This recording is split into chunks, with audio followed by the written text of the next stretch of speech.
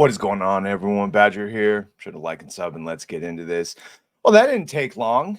Star Wars Outlaws nearly falling off the top 40 most popular PlayStation games list less than a month after release. And of course, I can't give you the Steam numbers because it didn't go on Steam, and Xbox isn't saying what they got over there. So we can really only tell with this.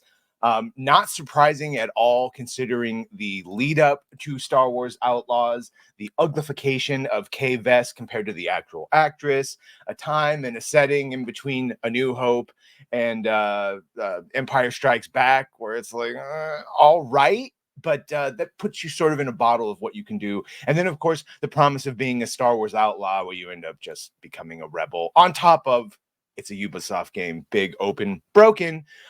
If you actually pay the exorbitant cost of this game to get it 3 days early, you ended up having to delete all of your gameplay and restart when they released a patch that actually fixed all the broken bugs that it launched with.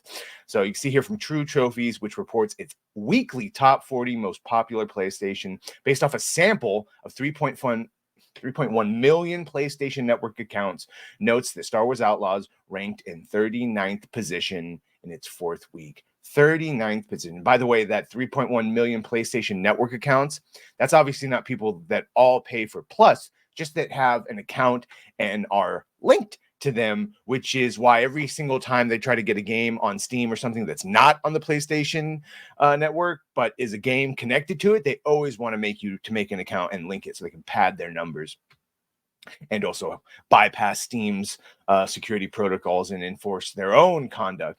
To put this in perspective, getting beat by Hogwarts Legacy, God of War Ragnarok, which we're hearing is having a less than stellar reception on PC, and Ghost of Tsushima, which is getting all the reception. That game holds up under scrutiny. Even the most staunch of PlayStation haters can play that game and go, God damn, Jin Sakai, great character, great game. Some might say the best game.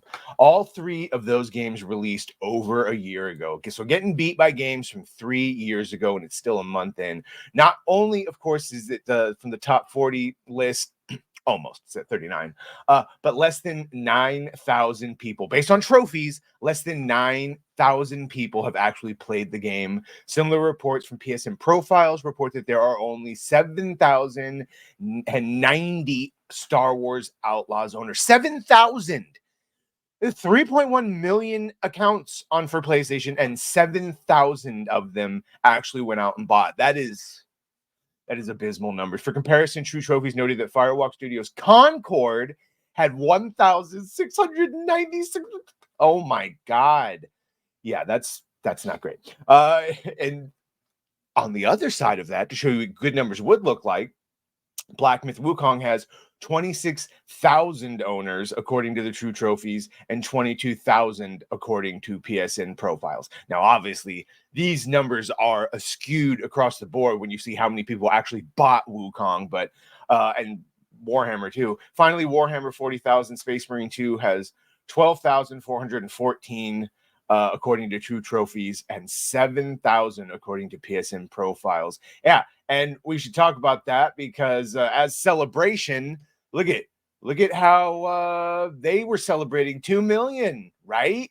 So obviously there's other consoles if there's those numbers we just saw. And Black Myth, 10 million, right? You think they would be celebrating. And then just we talked about this a little bit before, talking about digital owners. This is in the UK, saying we don't have digital yet, and this is just the UK, but it was a weak launch for Star Wars Outlaws at UK retail.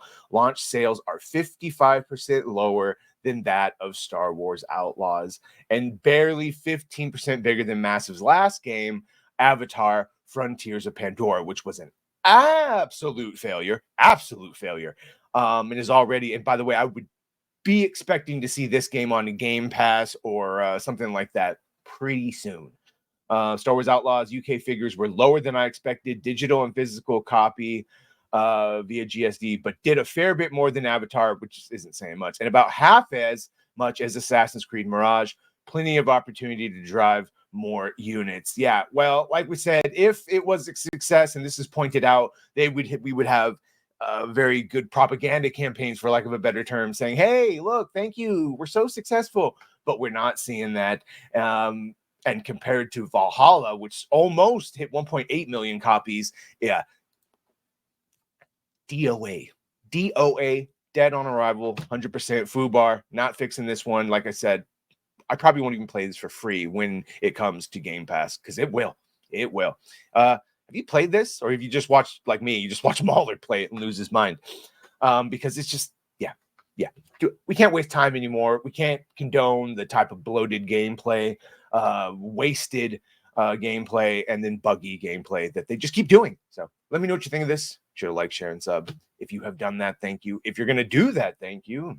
Well, bye.